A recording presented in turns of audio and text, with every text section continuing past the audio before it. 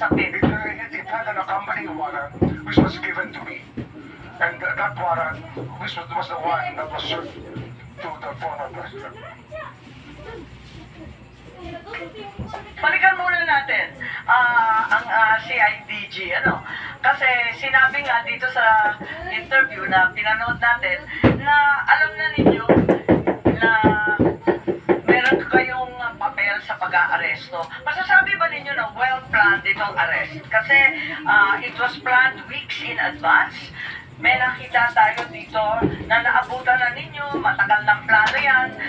Pwede ba nating paliwanag itong statement po ninyo, anticipation? Kasi yan ang, actually pagdating ko, may plano na. Anticipation ng warrant. Sabi ninyo pagdating nyo. So dumating kayo mga bandang September. Ma'am, maraming salamat talaga sa tanong na yan. For me to clarify that statement na naging natitwist na sa social media. That interview is made from the context of the chief of the CIDG.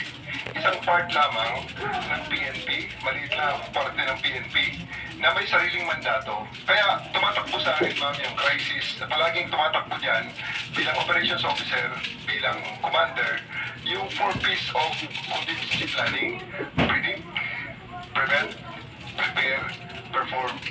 Palaging may plano. Dahil ito, nagbabasa ako ng dyaryo, ito may possibility na lalabas ang mga to. So, naghahanda ako na pag inutusan ako ng Chief PNP, hindi ako magsimula sa zero.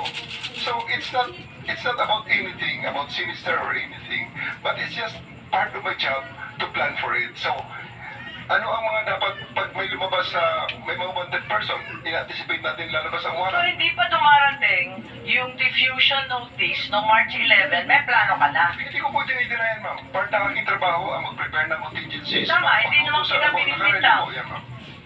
Meron kang interview, sinabi nga na January 2025, nagkumpuni ka na ng secret 80-page plan na ang tawag Operation Pursuit ng New York Times. Ang pagkaintindi natin, O-Plan Tugis. Tama ba yun? Wala po akong sinabing ganyan, ma'am.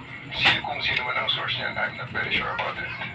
Lumabas sa lahat ng media, sa GMA, pati New York Times sinabi. Hindi ko natin makita, ma'am. Salamat sa pag-clarify nito.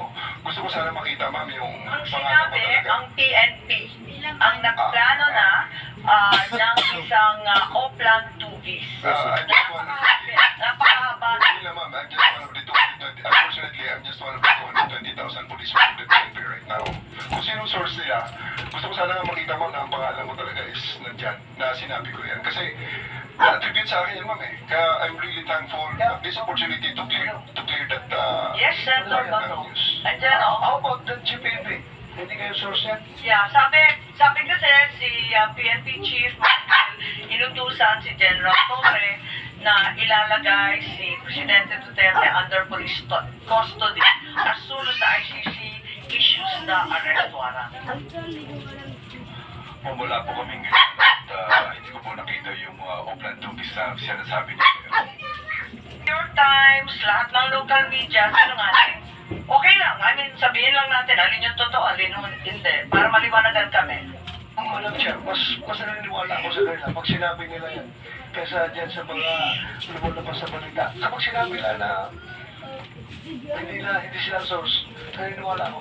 Okay, paniwalaan natin. Tama naman, dapat paniwalaan ng kapulisan. Meron ba kayong memorandum, document, outline tungkol dito sa aresto ng March 10 or March 11 bago pa dumating yung warrant? Meron na ba kayong plano? Kasi sabi nga ninyo, General Torre, lagi kayo naghahanda for any eventuality. Crisis management nga naman. For the specific, yung March 11, ma'am, wala talagang pre-plan na sinasabing itong specific. Kaya on the fly ngayon, ma'am, na ginawa, ma'am. So, everything that was done there, based on the contingencies, meron tayong mga, may situation analysis, may... Pero sinabi rin ninyo, matagal ng plano yan. Yes, ma'am. Naabutan ko na yan. Pagdating ko, meron na yan. Anticipation na kami. Actually, yung ang pinaka-mother of plan yan, ma'am, baka kasi yung pursuit na yan, hindi to isa pinagsimulan, baka manhunt. Kaya pursuit, baka manhunt yung manhunt Charlie natin, na mayroong ganyan ang PNP. Hindi Counting of wanted persons. Hindi po General Torre kasi may PNP memos for deployment. Pinirmahan ni Chief PNP Marbil, March 10 pa lang. Wala pang arrest warrant, magde-deploy na tayo ng kapulisan sa NCR at pati na rin sa Davao.